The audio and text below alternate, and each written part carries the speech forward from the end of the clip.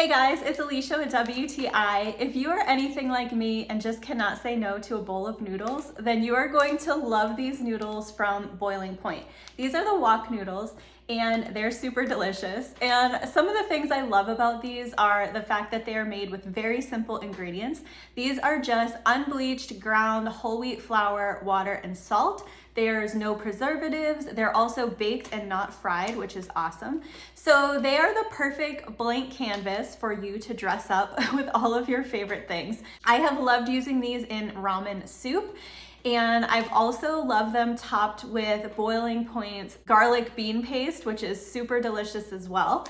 And they're just perfect for even a little stir-fry noodle, anything like that. They have an amazing flavor and a really nice texture as well. So in under 10 minutes, you can get these boiled up and topped and have a really comforting and really delicious bowl of noodles in no time. So if you're looking to stock your pantry with some super tasty ramen noodles that are ready for you to add all your favorite things to, I would definitely check out these wok noodles from Boiling Point. They come in an original flavor and a spinach flavor.